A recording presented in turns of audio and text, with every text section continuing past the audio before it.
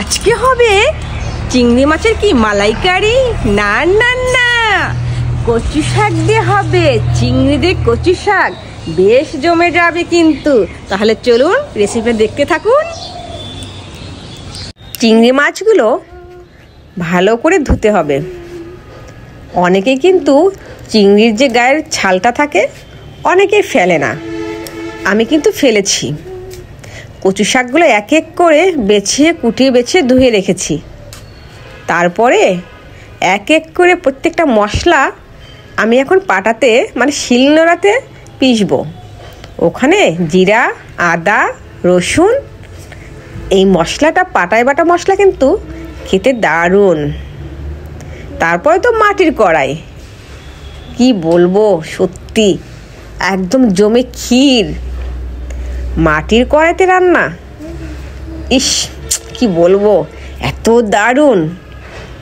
যাই হোক, মাটির কড়াইতে সরিষার তেল দিলাম, তারপরে জিরা বাটা, আদা বাটা, গরম মশলা আর অনেকগুলো কাঁচামরিচও দিয়েছিলাম।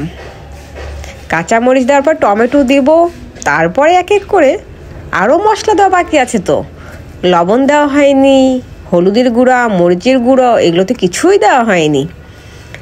তারপরে মশলাকে ভালো করে কষাতে কষাতে কষাতে কষাতে যখন তেল উঠে আসবে তখন কিন্তু আমি চিংড়ি মাছগুলো দিয়ে দিব। আর এই মশলাটা যখন কষাচ্ছিলাম এত দারুণ ফ্লেভার, সত্যি কি বলবো, খেতে কিন্তু দুর্দান্ত হয়েছিল। মশলাটা কষাবেন যত তত বেশি খেতে ভালো লাগবে। চিংড়ি মাছগুলো হালকা কিন্তু আমি ভেজে নিলাম। তারপরে ওই যে কচুটা সুন্দর করে কুটে বেছে ধুয়ে রেখেছি ওটাই কিন্তু আমি এখন কড়াইতে দিয়ে দিলাম।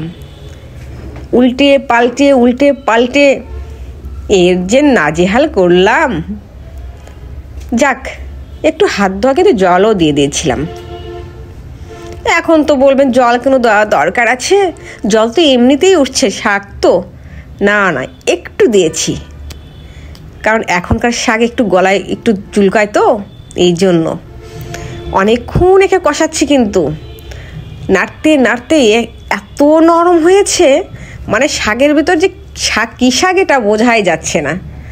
যাই হোক, এত সুন্দর খেতে যে কি বলবো, গরম গরম ধোয়া ধোয়া ভাতে এরকম কচু শাক চিংড়ি মাছ দিয়ে যদি হয়, আর কিছু লাগে? আর কিন্তু কিচ্ছু লাগে না। দারুণ হয়েছিল আজকে দুপুরের খাবারটা। চিংড়ি দিয়ে কচু যে একবার হলে